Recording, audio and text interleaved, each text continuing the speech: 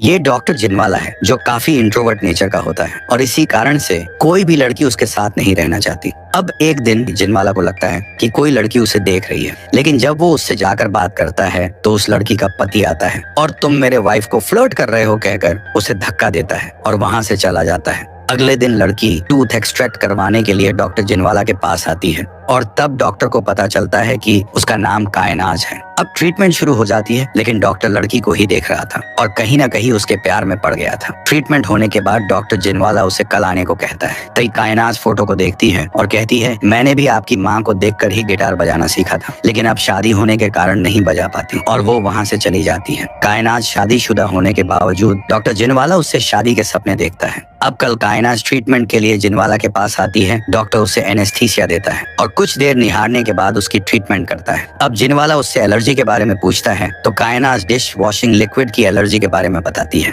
फिर जिनवाला उसे कल चेकअप के लिए आने को कहता है। अब जिनवाला घर आके उसके फाइल से कायनाज के घर का पता निकालता है, लेकिन इधर लड़की का पति उसे बाहर जाने की वजह पूछता है और घर पे खाना ना बनाने की वजह से उसे मारने लगता है, और ये सब जिनवाला नीचे से देख रहा था। अगली सुबह जब कायनाज नहीं आती तो जिनवाला उसे कॉल करता है तो वो कहती है मैं नहीं आ सकती। फिर जिनवाला उसे मिलने एक पार्क बुलाता है। अब कायनाज और जिनवाला पार्क में मिलकर आइसक्रीम खाते हैं और फिर जिनवाला उससे पूछता है कि उसके हस्बैंड ने उसे क्यों मारा, तो वो बताती है कि उसे दोस्तों से मिलना पसंद नहीं है। अब लड़की जिनवाला को डॉक्टर मैं चलती हूँ ऐसा कहती है, तो जिनवाला कहता है कि वो उसे फ्रेडी कहकर उसके नाम से पुकार सकती है, क्योंकि जिनवाला को ये नहीं पता कि वो आगे चलकर क्या करने वाली है। अब अगले दिन जिनवाला कायनाज के घर के बाहर जाता है और उसके पति के जाने के बाद वो उसे कॉल करके फिर से मिलने बुलाता है। अब कायनाज और जिनवाला बार बार मिलने लगे थे और दोनों के बीच प्यार नजर आ रहा था। ऐसे ही एक दिन वो थिएटर में होते हैं तो फ्रेडी उसे किस करता है, फिर कायनाज भी उसे किस करती है और वहां से चली जाती है। अब बहुत दिनों तक जिनवाला कायनाज को कॉल करता है, लेकिन कोई रिप्लाई ना आने की वजह से जिनवाला उसके घर जाता है तो देखता है कि उसके पति ने कायनाज को काफी मारा हुआ है। फिर कायनाज रोते हुए जिनवाला के गले लगती है। जिनवाला उसे पूछता है क्या वो उससे शादी करेगी, लेकिन कायनाज कहती है वो अकेली होती तो बात अलग होती। अब जिनवाला घर जाके काफी सोचता है और फिर कॉल करके कायनाज को पार्क में मिलने बुलाता है। वो कायनाज से कहता है हमें रुस्तम यानी उसके पति को रास्ते से हटना होगा, तो कायनाज उससे कहती है हम ये नहीं कर सकते। फिर जिनवाला कहता है तुम्हें कुछ करने की जरूरत नहीं है, जो करना है वो मैं करूंगा। फिर कायनाज भी राजी हो जाती है। अब जिनवाला काफी सोचता है और एक गन लेने के बाद वहाँ जाता है जहाँ रुस्तम जॉगिंग को जाता है, लेकिन हड़बड़ी में जिनवाला रुस्तम को गन से मारने की जगह गाड़ी भगाकर उसे गाड़ी से उड़ा देता है। फिर भी वो जिंदा था, इसीलिए जिनवाला गाड़ी को पीछे लेता है और उसे फिर से कुचलता है। अब जिनवाला अपने फार्म हाउस करजत चला जाता है, जहाँ वो अपने पेठाड़ी जो कि एक कछुआ है उसे भी ले जाता है। इधर पुलिस वाले रुस्तम के ही केस के बारे में बात कर रहे थे, लेकिन एक हफ्ता बीत चुका था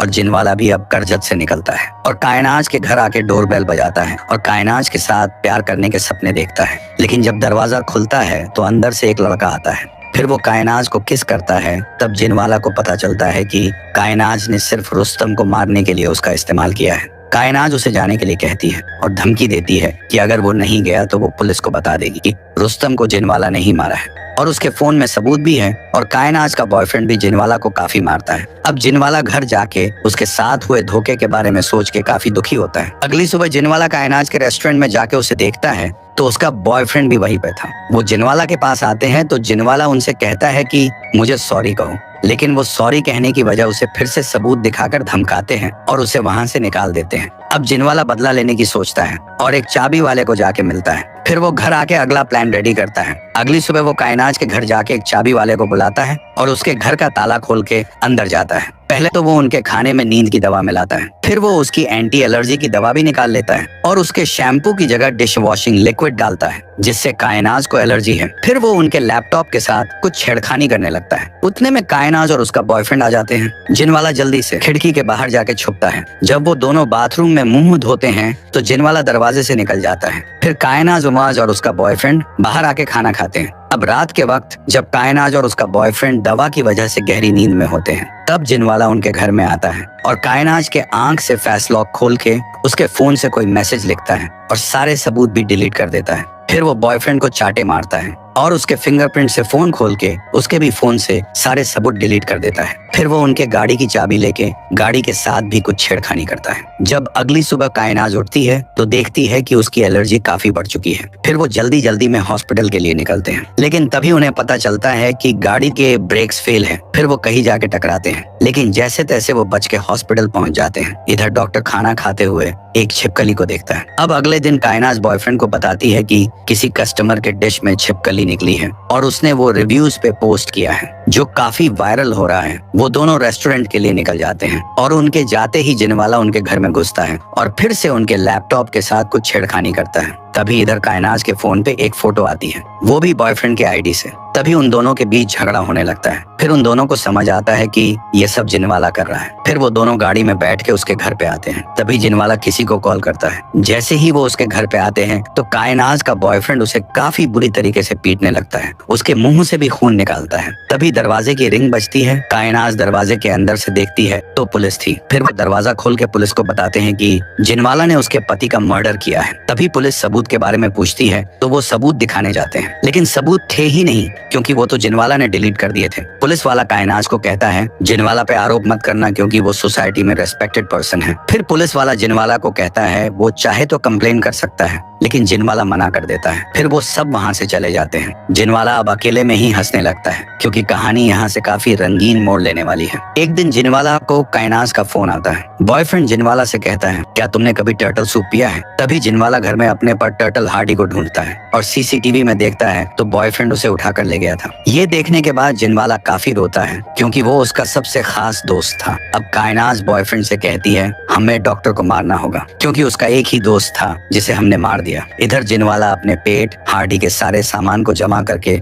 उसे जमीन में गाड़ देता है। फिर वो एक भिखारी के पास आता है और उससे कुछ बात करके पैसे देता है। भिखारी अब पुलिस के पास जाता है और बोलता है मैंने वो मर्डर देखा है। फिर पुलिस वाले उससे गाड़ी का नंबर पूछते हैं तो वो जिनवाला के गाड़ी का नंबर बताता है। फिर पुलिस वाले जिनवाला के क्लिनिक पहुंचते हैं और जिनवाला से पूछताछ करने लगते हैं। तो जिनवाला कहता है अगर मैंने आपको सच बताया तो वो लोग मुझे मार देंगे। फिर पुलिस उसे ना डरने को कहती है और सब सच बताओ ऐसा कहती है। फिर वो पुलिस वाले को बताता है कि कायनाज और उसका बॉयफ्रेंड ये कार ले गए थे और उन्होंने क्या किया ये मुझे पता नहीं, लेकिन मैंने जब पूछा और पुलिस को बताने की धमकी दी तो उन्होंने ये मैसेज मुझे भेजा जिसमें उसे मारने की धमकी थी और उन्होंने मेरे पेट को भी मार दिया। ऐसा कहकर उसकी फुटेज जिनवाला पुलिस को दिखाता है। फिर थोड़ी देर बाद कायनाज को पुलिस का फोन आता है और वो उन्हें पुलिस स्टेशन बुलाते हैं। कायनाज और बॉयफ्रेंड सोच ही रहे थे कि उन्हें पुलिस ने क्यों बुलाया होगा। इतने में उन्हें जिनवाला का फोन आता है और वो कहता है मैंने ऐसा सब पुलिस को बता दिया है और सबूत भी दिखा दिए हैं। फिर बॉयफ्रेंड पूछता है तुम्हें क्या चाहिए? अब जिनवाला कहता है तुम मुझे मेरे करजत के फार्म हाउस आके सॉरी बोलो। वो दोनों राजी हो जाते हैं। जिनवाला उन्हें कहता है यहाँ से मुझे कुछ सामान ले जाना है तो आते वक्त एक सूटकेस लेके आना।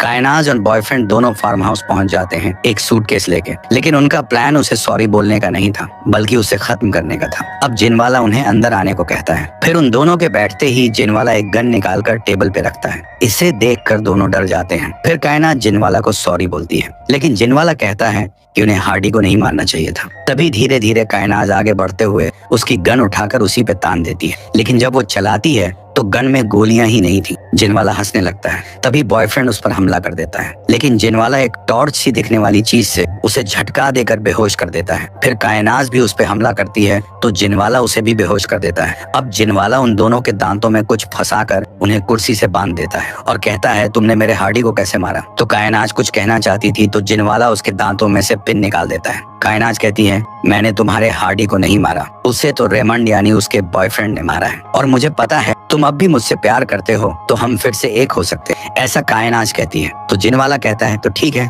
मैं तुम्हें एक चांस देता हूँ। अब जिनवाला उसे गिटार लाके देता है और कहता है तुमने कहा था कि तुमने मेरी माँ से इंस्पायर होकर इसे बजाना सीखा था, तो अब बजा के दिखाओ, फिर मैं तुम दोनों को छोड़ दूंगा। लेकिन कायनाज उसे नहीं बजा पाती। तो जिनवाला कहता है एक और झूठ। फिर जिनवाला उसे फिर से कुर्सी से बांधता है और दांतों में पिन लगा देता है। अब इधर बॉयफ्रेंड की तो डर के मारे मूत निकल चुकी थी। जिनवाला इंस्ट्रूमेंट लेता है और बॉयफ्रेंड के दांत निकालता है जिसकी छिटे दूर तक उड़ी थी। इधर पुलिस वाले कायनाज के घर में सीसीटीवी फुटेज देखते हैं जिसमें उन्हें कुछ मिल जाता है। इधर जिनवाला भी बॉयफ्रेंड की लाश को दफनाता है। अब पुलिस वाले देखते हैं कि वो दोनों सूटकेस लेकर जा रहे हैं, जिससे वो मान लेते हैं कि वो दोनों शहर छोड़ के भाग चुके हैं। लेकिन इधर अब कायनाज की बारी थी। जिनवाला उसके भी दांत निकालने लगता है। उसके चिल्लाने की आवाज पूरे घर में गूंज रही थी। देखते ही देखते उसके सारे दंत निकल जाते हैं। उसकी हालत काफी खराब थी, लेकिन वो मरी नहीं थी। जिनवाला उसे वैसे ही उठाकर ले जाता है, उसे एक खड्डे में डालता है और उस पर मिट्टी डालकर जिंदा ही दफना देता है। अब डॉक्टर फ्रेडी जिनवाला का बदला पूरा हो चुका था, जिससे वो चैन की सांस लेता है। अब आप बताइए, डॉक्टर जिनवाला ने जो किया वो एकदम सही है या गलत?